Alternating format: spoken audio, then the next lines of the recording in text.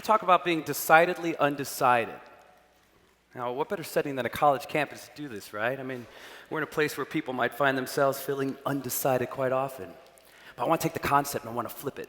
Because being undecided doesn't mean you're stifled, and it doesn't mean you're stuck. It actually means you're growing.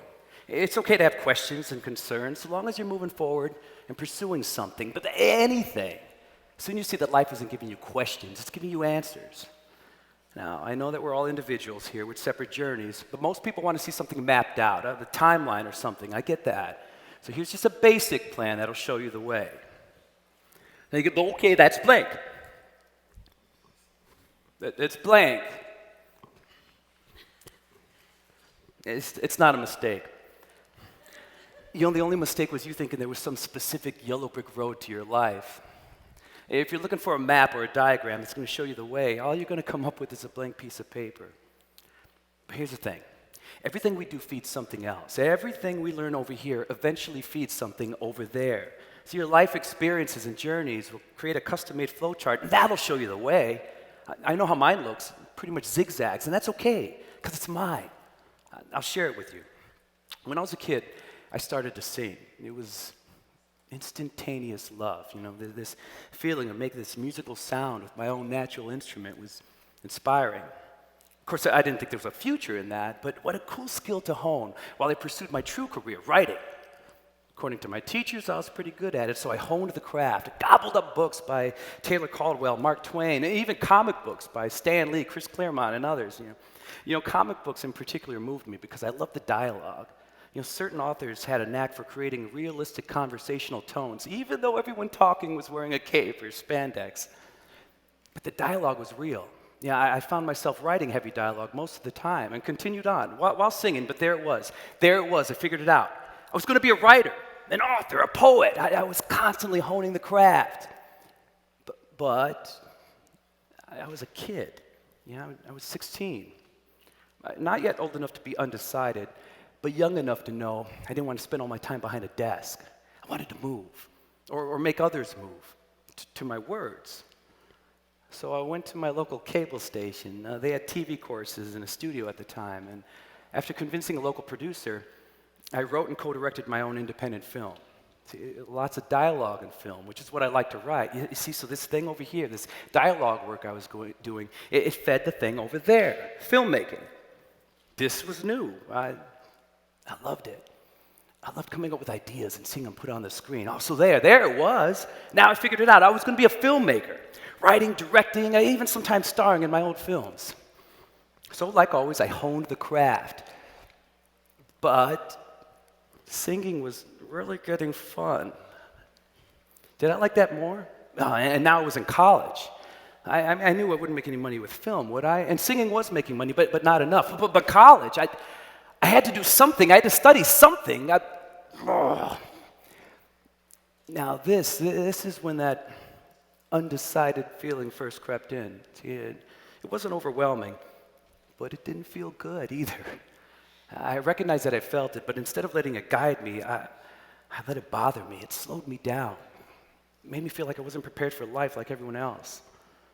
I was uncertain, but I pressed on. I went back to a safe place, investigated the thought of teaching literature. When compared to my other dreams, teaching felt like a more realistic job.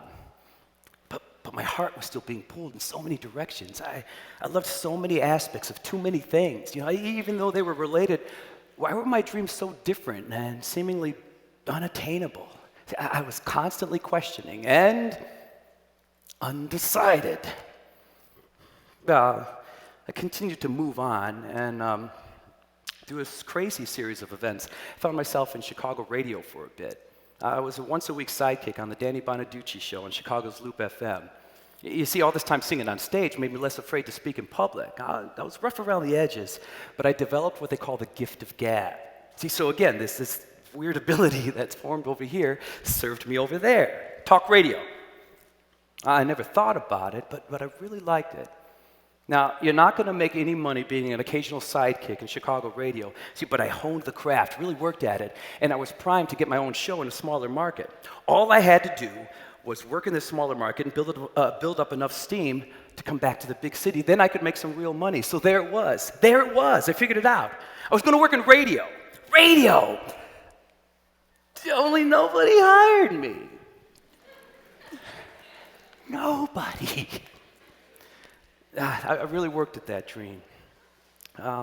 I kept singing and studying. I switched my area of study to radio and television at this time, but I didn't know what to do. You know, I wasn't upset about just being undecided. I was upset about the thought of being undecided. It was this nagging feeling that constantly pushed me down. Now, I focused on moving again, and then I took note of something. Something changed in my show. You know, while I was in radio, I was talking to millions of people. I was being trained to improvise, think on my feet, and be engaging on the mic. This made its way to my stage show. Again, suddenly this weird Gabby ability worked its way over here. You see, all of a sudden I was talking more in between songs and engaging the crowd. Most singers in my town, they would just sing a song and say something like, "Thank you, now we'll do another," and then they would move on. But I didn't. Because of radio, I started to talk a lot more. I was improvising with the crowd. So totally, the Gabby thing fed the other thing. You see, because I never stopped honing the craft of singing and performing, you know. Why, oh, why can't I find my way? Mouths keep moving, but there's nothing to say. See, I knew how to do that. I had that down.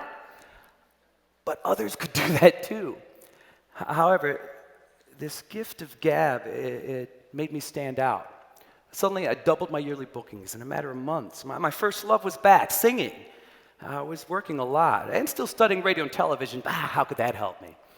Now, it was still a scary time because though singing was working, it wasn't making enough to survive. See, I didn't have a knack for pricing, so I was constantly underpricing, selling myself short. So, great. Now, what was I going to do? Well, I focused on moving again, and in my off time, I made a short independent film just for fun. That film was viewed by a guy named Jack Minogue. At the time, he was the president of DePaul University. Who knew he was a film buff? Well, next thing I knew, I was getting called in to do promotional filming for DePaul's various programs and departments, and this led to a full-time job as part of DePaul's in-house production team. I couldn't believe it. Suddenly, this film and television study spawned a job. I was promoting different departments and creating relationships with outside entities, even NASA. Eventually, I co-founded my own production company, and this taught me to sell myself. Not short, but long. I learned how to bring the visions of different companies to life. I learned how to lead a crew. It was great. I figured it out. I was done. All roads led to this. I was the head of a production company. Game over. But singing, I loved it. You know, it was right there. I was still performing. Did I love that more than what I was doing? Did I love what I was doing enough? Where was I going with this? Where did I need to be? And then I decided it didn't matter. Maybe I still wanted to sing. You know, maybe I would. Maybe I wouldn't. It didn't matter. See, I finally realized that being undecided was normal, so why fight it? Instead, I accepted it, and I did the one thing I could do: move. Not only did I keep moving, but I redefined my questions and concerns. I considered them movement as well. Next thing I knew, I was getting noticed by the right person at the right time on stage, and I was offered a unique job singing full time.